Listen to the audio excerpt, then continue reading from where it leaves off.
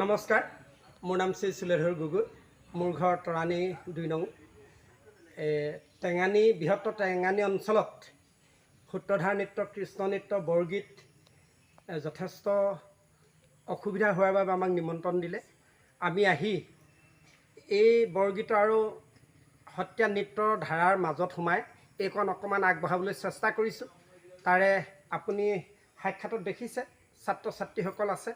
আমি যিমান পাৰোঁ যৎপৰোনাস্তিক চেষ্টা কৰিছোঁ। ইয়াত আমাৰ কৃপণালী নাই। গুৰুজনাৰ বস্তুখিনি ৫০০ বছৰ যেনেকৈ জীয়াই আছে, আমিও তেনেকৈ জীয়াই থোৱাৰ এটা হেঁপাহ কৰি আজি এই ধাৰাটো আমি শ্ৰুতি বিচ্যুতি নোহোৱাকৈ ৰক্ষা কৰিম বুলি প্ৰতিজ্ঞাবদ্ধ হৈ আমি তেনেকৈ কৰিছোঁ। ইয়াত যদি অজানিতে কিবা ভুল হৈ গৈছে সেইটো আমি নকওঁ। তাকে যদি হৈছে সাংগঠনিক সমালোচনাই আমাক আগবঢ়াই দিয়ক। আমাৰ লগতে অসমীয়া জাতি, এই অঞ্চলৰ ছাত্ৰ ছাত্ৰীসকল উপকৃত হ'ব।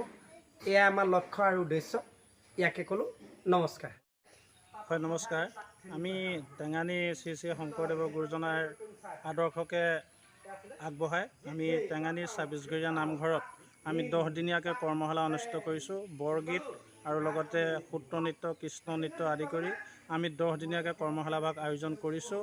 আৰু লগতে আমি প্ৰশিক্ষক হিচাপে 2জন ব্যক্তিক আমন্ত্ৰণ কৰিছোঁ সুদূৰ বৰহোলা তৰাণীৰ পৰা, সুলেধৰ গগৈ লগতে প্ৰদীপ চুতীয়া।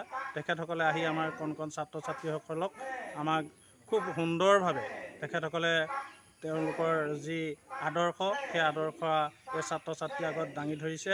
আমি তাৰ কাৰণে নথৈ আনন্দিত হৈছোঁ। আৰু আমি অহা 6 আগষ্টত এই সামৰণি অনুষ্ঠানভাগ পাতিবলৈ আয়োজন কৰিছোঁ। আমি সকলোকে আপোনালোকৰ চেনেলৰ যোগেদি তেখেতসকলক এই সামৰণি অনুষ্ঠানটোত আমি সহযোগিতা আগবঢ়াবলৈ আশা কৰিছোঁ।